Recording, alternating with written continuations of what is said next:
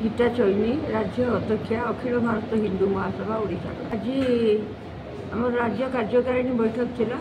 एवं परिवर्धित कार्यकारिणी करने आज आमर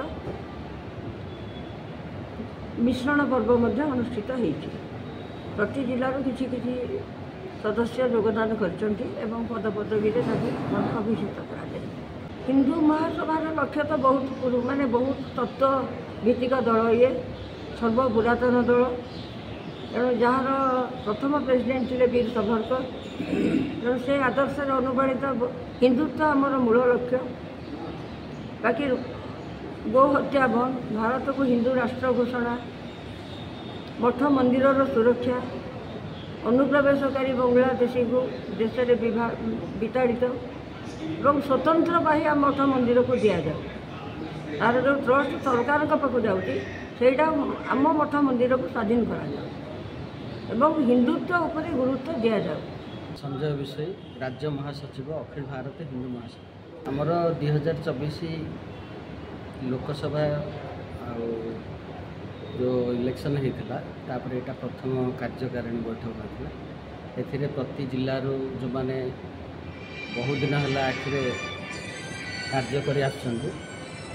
सेमानंको किसी लोक जिला सभापति दायित्व दि जाता किसी लोक राज्य को पदोन्नति कर आमर जो उद्देश्य रही भारत को हिंदू राष्ट्र घोषणा से दिगरे आम दृढ़ कार्य कर गोमाता को राज्यमाता राज्य एवं केंद्र रे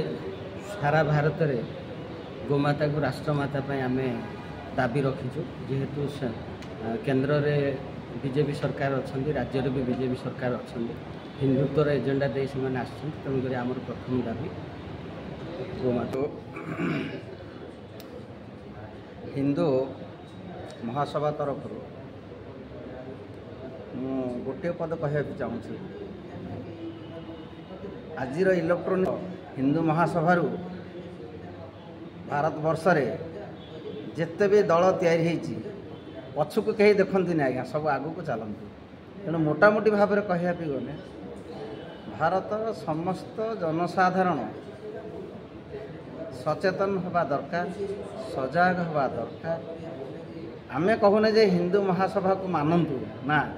बा हिंदुत्व को मानतु ता भी नुहे जनसाधारण सचेतन होंतु जे आमे भारतीय नागरिक आमर नागरिकतार अधिकार अच्छी मौलिक अधिकार अच्छी मौलिक अधिकार सुरक्षा दाउरू रक्षा पाइबा हेले आमको मातृमा को सम्मान देवा पड़ो गोमाता को सम्मान देवा पड़ो गुरुजन मान को सम्मान देवा पड़ो किंतु ये सब को आम पछरे पकई दे राजनीति एभली भाव में जनता को कलुषित करिछि ताहा आगामी दिन में से फलप्रद न हो कबल भारत मुक्त होकर आसी से भली न हो इंग्लैंडवासी जमी आमको कबलित रखी से भली न हो आगामी दिन में यहाँ मोर जनसाधारण को सचेतन।